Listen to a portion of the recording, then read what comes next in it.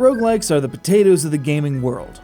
Not all that impressive on their own, but add a dollop of Final Fantasy or Pokemon, fry them in a boiling pot of Nipponichi hyper-intensive game mechanics, or go all the way down into the pit and turn it into a one-man survival campaign, and they become an excellent substrate for whatever else you're trying to pull off. You're starting with a mechanical base that folks already know, so you can get right on into how you're trying to differentiate yourself. And in the case of one-way heroics, that difference is also familiar to gamers, though mostly in the platforming and shmup spheres.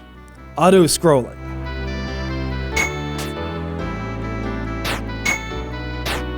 In one-way heroics, you're, well, a hero of some class and build customizable before the game begins. You're tasked by King Victor to seek out and destroy the demon lord responsible for the constant consumption of the left side of the screen.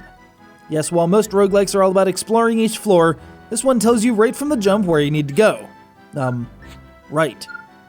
Somewhere out there is your target, but before you get to him, you'll need to buff yourself up by hacking and slashing your way through monstrous keeps, small animals, villages, strange boarded up buildings full of vicious feral dogs, really your standard heroic RPG bit.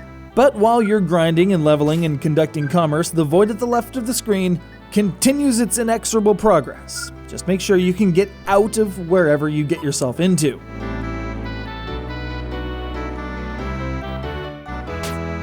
Yeah, it's a novel idea, and it doesn't really take much to create a fun experience when you're already doing something so interesting.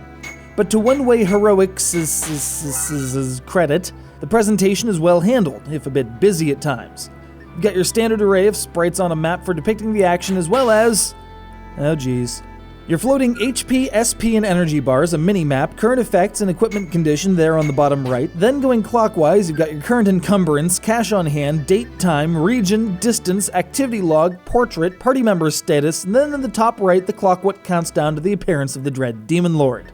That's almost Sting tier information display, but it doesn't, usually, get in the way of the game itself. Unless a text box ends up underneath your health bars, then you're kind of screwed.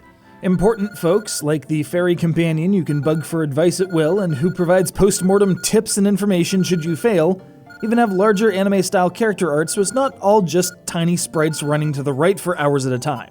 The musical performance was much better than I was expecting, with a variety of quality tracks that cycle about as often as the various regions you traverse.